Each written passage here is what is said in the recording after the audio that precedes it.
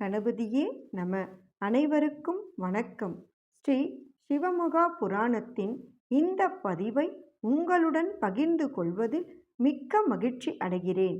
ஸ்ரீ சிவமகா புராணத்தை கேட்ட மாத்திரத்திலேயே வெகு சுலபமாக மோட்சத்தை அடைந்து விடுவார்கள்.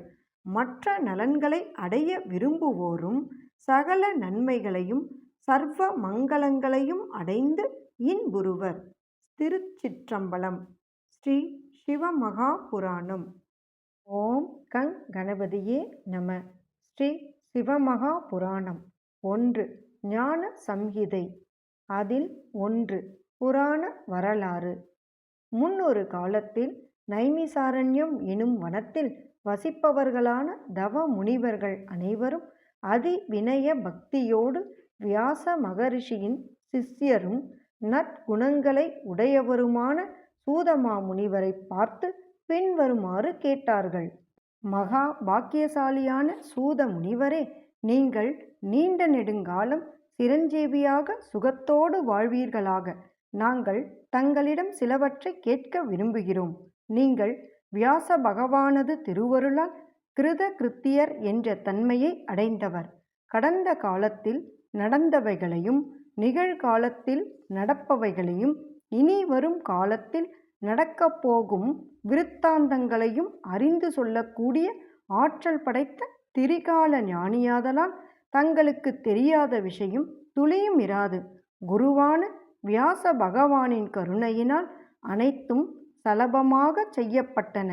நீங்கள் தயவு செய்து சர்வோத்கர்ஷமான சிவபெருமானின் தத்துவத்தையும் அவருக்குரிய சிறந்த பூஜை முறைகளையும் பரமசிவனாரின் பற்பல விதமான சரித்திரங்களையும் எங்களுக்கு கூறியருள வேண்டும். நிர்குணனான மகேஸ்வரன் எப்படி சகுணனாகிறார்? நாங்கள் சிவ தத்துவத்தை நன்றாக விசாரித்து அறிந்தவர்கள் அல்ல.